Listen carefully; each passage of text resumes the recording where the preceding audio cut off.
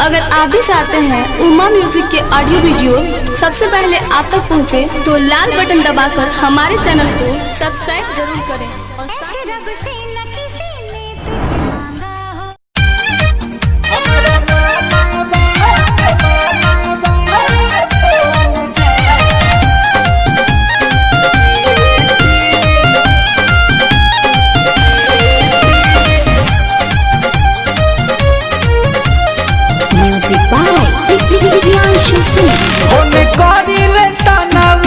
बतिया पता दिन से ना बतिया बतिया होने करी लेता ना उठा बतिया पता दिन से ना बतिया बतिया लागे दोसरा साथ चलता कर सेटिंग। आप जिस नंबर पर संपर्क करने की कोशिश कर रहे हैं वो किसी और के साथ लगा हुआ है, कृपया शक करें।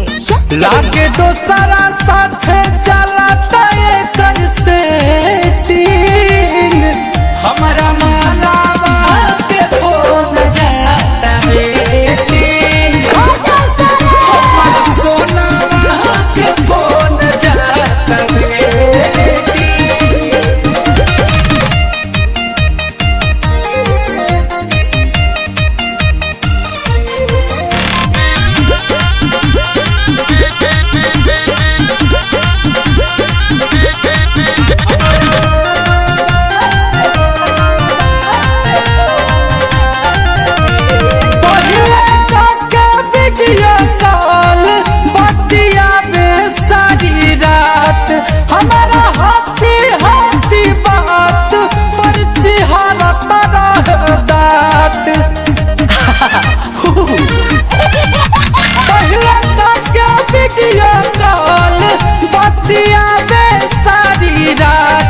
हमारा हाथी चुकी बात पर चिहारता रहे दात। अब तो व्हाट्सएप पर भी करत नहीं चैटिंग।